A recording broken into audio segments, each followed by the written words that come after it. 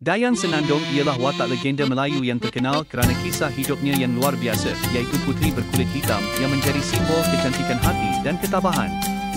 Dayang Senandong dilahirkan berkulit hitam legam, hasil sumpahan kerana ibunya memakan makanan pantang semasa mengandung. Kerana malu, keluarga diraja menyembunyikan Dayang Senandong dan menghantar dia jauh ke dalam hutan untuk dibesarkan secara rahsia. Walaupun hidup jauh dari istana, Dayang Senandong membesar menjadi wanita yang bijaksana, lemah lembut dan mahir dalam seni dan ilmu.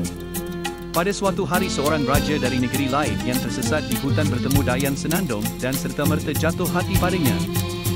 Raja meminang Dayang Senandong tanpa mengetahui asal-usulnya, hanya terpikat dengan kecantikan rohani dan kelembutan budi bahasanya.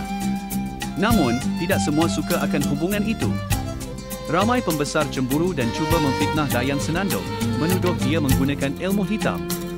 Raja tetap mempertahankan cintanya dan membawa Dayang Senandong ke istana, menunjukkan bahawa cinta sejati tidak melihat rupa. Setelah berkahwin, sumpahan yang membelenggu Dayang Senandong akhirnya terlerai, dan kulitnya kembali cerah seperti bulan purnama. Namun, ramai percaya kecantikan sebenar Dayang Senandong bukan pada wajahnya tetapi pada jiwa dan ketabahannya. Kisah Dayang Senandong terus hidup dalam teater bangsawan, filem klasik dan hikayat Melayu sebagai lambang cinta sejati. Adakah anda percaya cinta sejati melebihi rupa paras?